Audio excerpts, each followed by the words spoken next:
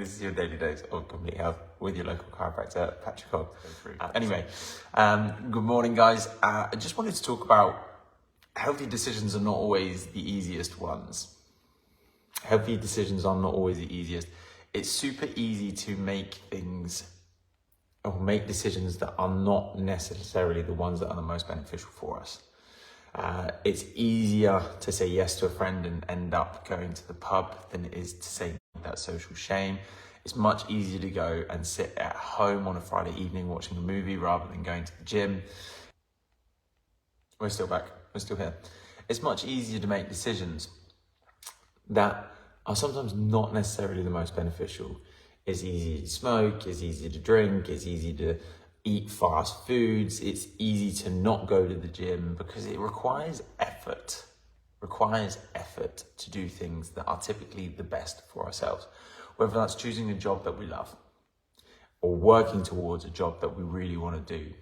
Whether that means going to the gym and actually exercising several times a week, and not even necessarily just going to the gym, but actually making the effort and time to exercise several times a week.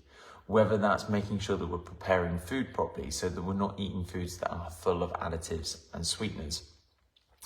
Whether that is actually to take time and sit away from everything else and practice some mindfulness. Like I say, practicing the healthiest decision is not always the easiest. And sometimes actually practicing the healthiest decision can sometimes be more expensive, it can be more time consuming, and it can be more difficult. However, the outcome of it is always the best. And you look at people that typically work the hardest and invest the most time in actually performing the thing and get people on side with them and start recruiting people to do things with them are typically the ones that are normally very successful. If we can build a team around us and we can build a support network of the similar minded people, because actually, funny enough, one of the things that can make it really difficult to make healthy decisions is the network of people we have around us. And if we change that network of people that we have around us, all of a sudden, those decisions can become a lot easier. So, like I say, what decisions do you need to be making? And this is one of the things that people have that struggle with when they come to see a chiropractor, that decision of, do I continue care? Do I continue working on myself? Do I continue doing those exercises my chiropractor's given me? Do I continue eating the healthy diet that he's recommended for me?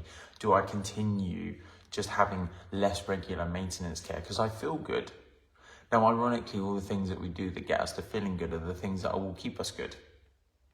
And people have that difficult decision, or what they think is a difficult decision. But like I say, sometimes a harder decision, the actual effort of turning up, the consistency of having to come and do stuff can be more difficult than taking the easier route out.